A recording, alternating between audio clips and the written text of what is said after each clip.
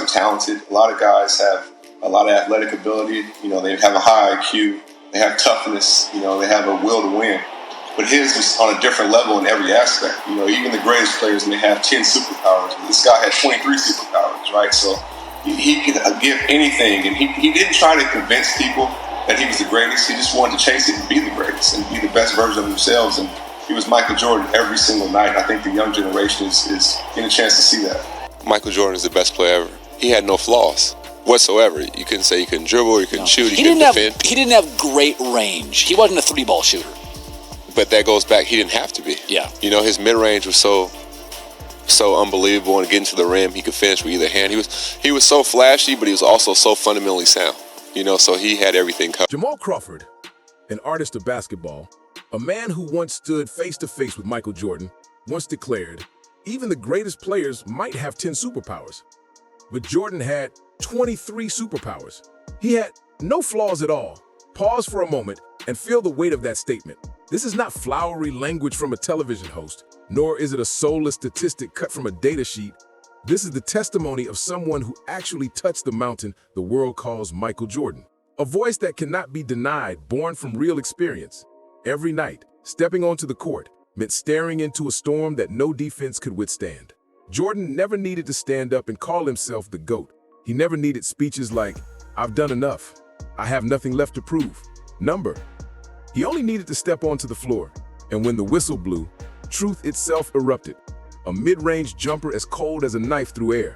Layups with either hand like a deadly dance. Footwork so precise it turned every defender into a joke. A willpower as cold and sharp as burning steel. Wherever you try to find a weakness, three-point shooting, physique, or era, Jordan answered with action, with victory, with undeniable truth. I am Michael Jordan every single night. That is the difference no one can erase. While many stars may shine in flashes, Jordan was the eternal flame, burning with the same intensity, night after night, season after season, against every rival. No flaws, no cracks, a solid wall, a complete genius. And that is why Jamal Crawford's words strike like a hammer, shattering every illusion built by people like Nick Wright.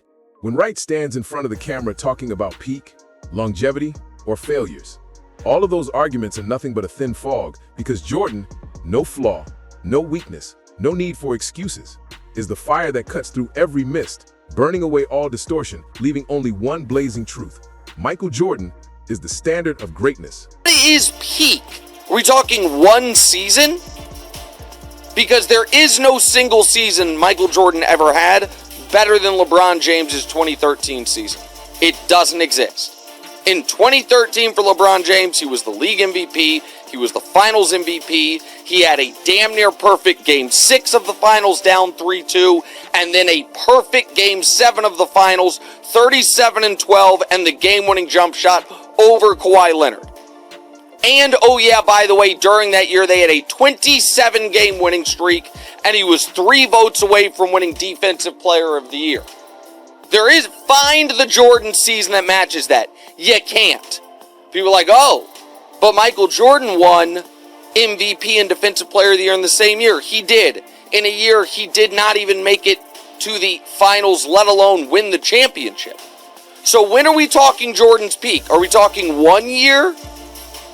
Then LeBron's peak was higher. Are we talking 2 years? Well, then it's going to be an argument, because LeBron James in 12 and 13, when 1 year he damn near shot 60% from the field, won back-to-back league MVPs, back-to-back finals MVPs, beat 2 all-time teams in those NBA finals. Peak. Jordan is the true absolute summit. Nick Wright can go on and on about how LeBron James' 2013 season was the greatest single year in basketball history. MVP, Finals MVP, 27 straight wins, nearly Defensive Player of the Year.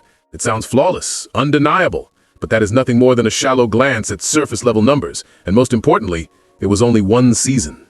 Michael Jordan never needed a single season to define greatness. He defined it through a relentless sequence of peaks, stacked one on top of the other, uninterrupted, not a lone spark in the dark, but an entire galaxy blazing across the 1990s. Look at 1988. Jordan wasn't just MVP, he was also Defensive Player of the Year, a feat unheard of for a shooting guard, the league's deadliest scorer, and its most suffocating defender in the very same season. Did LeBron 2013 stand alone as both? Numbers Jordan was both. Swords in one hand, offense and defense without compromise. 1991, Jordan demolished the reign of the Bad Boys Pistons, the very tormentors who had held him down for 3 straight years. He didn't just beat them, he swept them, 4-0, erasing the curse with violence. Then in the finals, he crushed Magic Johnson, extinguishing the Lakers dynasty. That wasn't just a championship, it was a bloody transfer of power, Jordan carving his name into the throne. 1993, Jordan averaged 41 points per game in the finals against Charles Barkley's Suns. Barkley, the league's reigning MVP. Emphasize this, 41 points per game. No LeBron, no Kobe, no Curry has ever touched that stratosphere. That is dominance beyond any 2013 LeBron narrative. 1996, after the death of his father, after retirement, after coming back, Jordan led the Bulls to 72-10, a record once thought untouchable. MVP, Finals MVP, a season forged in steel and grief. LeBron's 27-game win streak in 2013? Impressive. But Jordan's 72-10 Bulls, that became the eternal benchmark for what perfection means in basketball. Nick Wright can point to LeBron's 56% or 57% field goal shooting in 2013, but Jordan shot nearly 50% for his career. In an era with no spacing, no illegal defense rules, and no superstar protection whistles, Jordan slashed through brutal defenses, was beaten down, hammered to the floor, yet rose again, unstoppable. Peak is not just numbers, peak is relentless fire, the ability to turn every season into a chapter of fear for generations to come. Jordan didn't need one perfect year. Like LeBron, he had an entire portfolio of perfect years that forced basketball to its knees. 1988, 1991, 1993, 1996, 1998. Choose any of them, and you'll still find Jordan towering on Olympus alone. And never forget, peak is also defined by the ultimate moments, when the team needs it, when the world holds its breath, when the air grows suffocating with pressure. Who delivers? Jordan, 1998.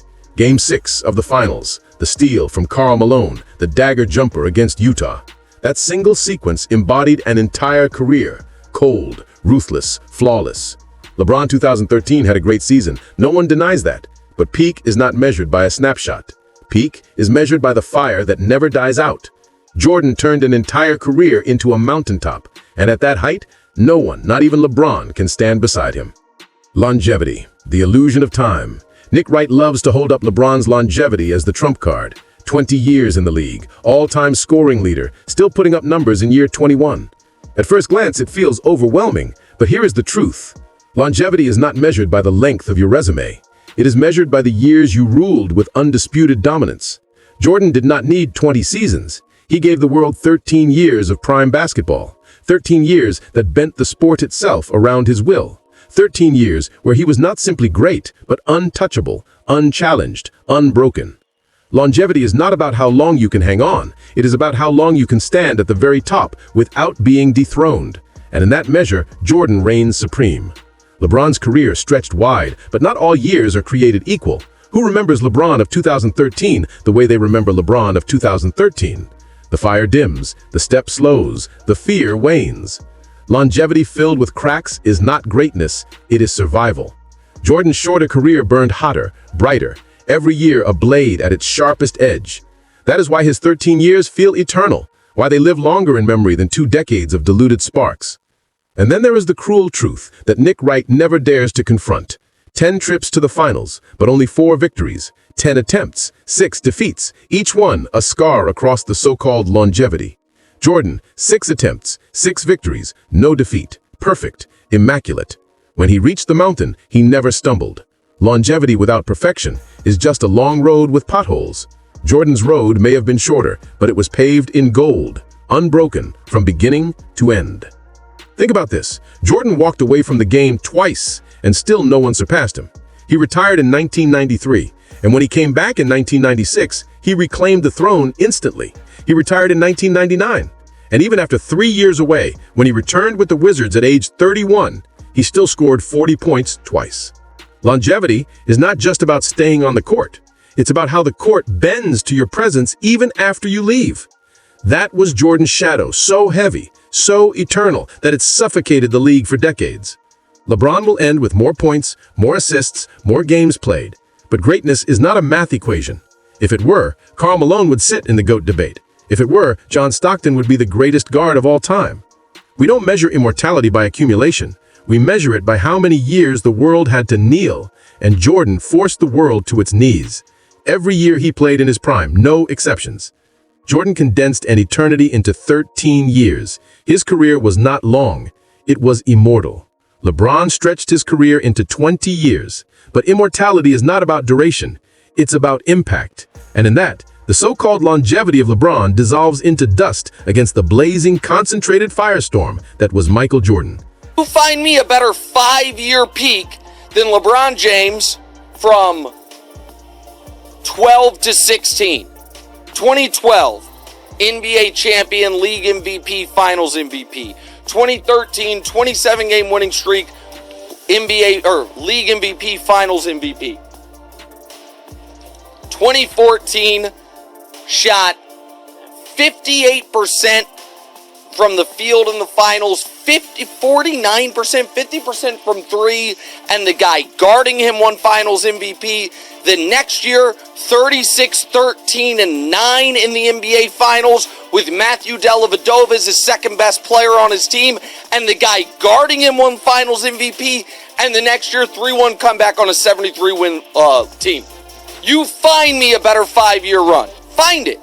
I'm excited to see it, but it doesn't exist. Failures and Wizards' years.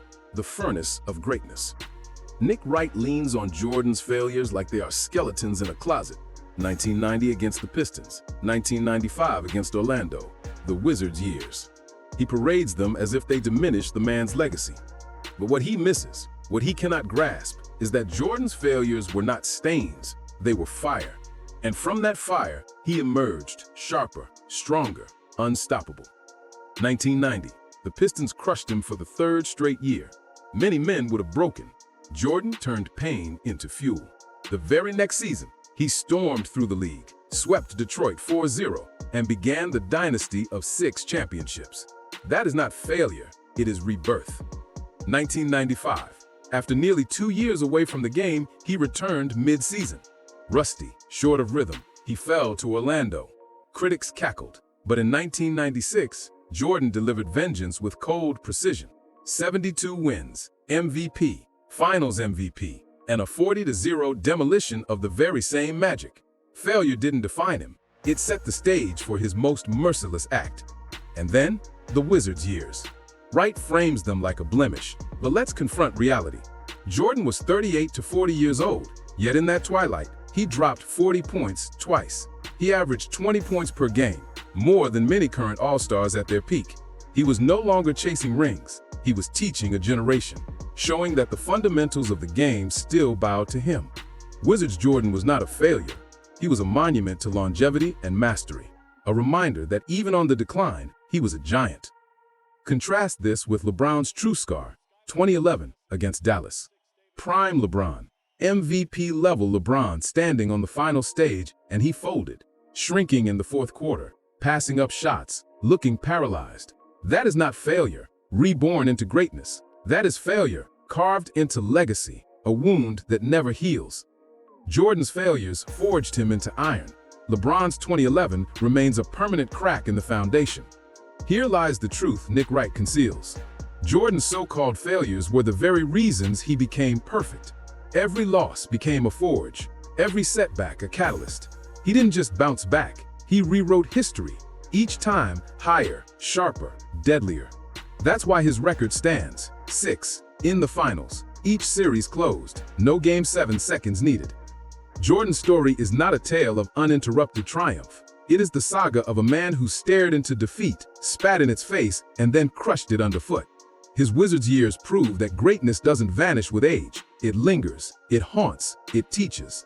His failures prove that the GOAT is not the one who never falls, but the one who transforms every fall into another weapon in his arsenal.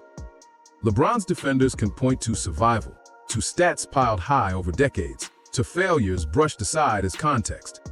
But Jordan's legacy does not need context. His losses were fuel, his twilight years were lessons, and his finals were flawless.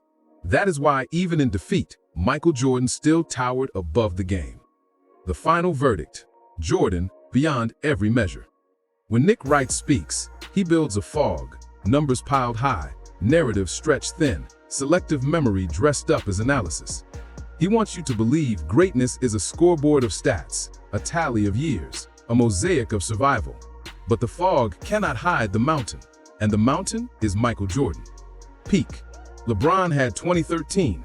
Jordan had a career of 1988, 1991, 1993, 1996, 1998. Each one, a summit higher than the last. No one season snapshot can overshadow a gallery of eternal masterpieces. Longevity. LeBron stretched 2 decades. Jordan compressed immortality into 13 years of supremacy. Every season, every night, he was the terror of the league. Longevity, without absolute dominance, is just survival. Jordan's reign may have burned shorter, but it burned so hot that its light still blinds the game today. Failures. Jordan's failures were not scars, they were fuel. Each loss became a stepping stone to 6 flawless finals, 6 rings, 6 finals MVPs. LeBron's failures, especially 2011, remain shadows that cannot be erased. Jordan's setbacks built him into perfection. LeBron's remain cracks in his foundation. And then there is the essence no number can capture: fear. Opponents feared Jordan. Teammates rose because of him. Enemies shrank because of him. And the league itself bent around him. LeBron is respected. Jordan was worshipped and feared. That difference is not quantifiable, but it is undeniable. Michael Jordan was not just the greatest basketball player. He was the standard by which all others are measured, the fire that forged the NBA into what it is today. He didn't need to declare himself GOAT. He didn't need speeches about having nothing left to prove. His game spoke. His will spoke. His dominance shouted across generations. Nick Wright can keep spinning his fog, shifting the lens. Peak, longevity, failures, but every angle bends back to the same truth. Michael Jordan stands above them all.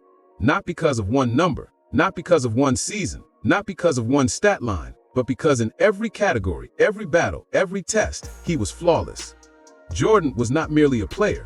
He was inevitability. He was destiny. He was the embodiment of basketball's highest form. And when history looks back, it will not remember debates. It will not remember talk show fog. It will remember the man who needed no words, because the truth of his greatness was written every night he stepped on the court. Michael Jordan. Flawless, relentless, eternal. The measure of all greatness. The one standard no one has ever matched and no one ever will.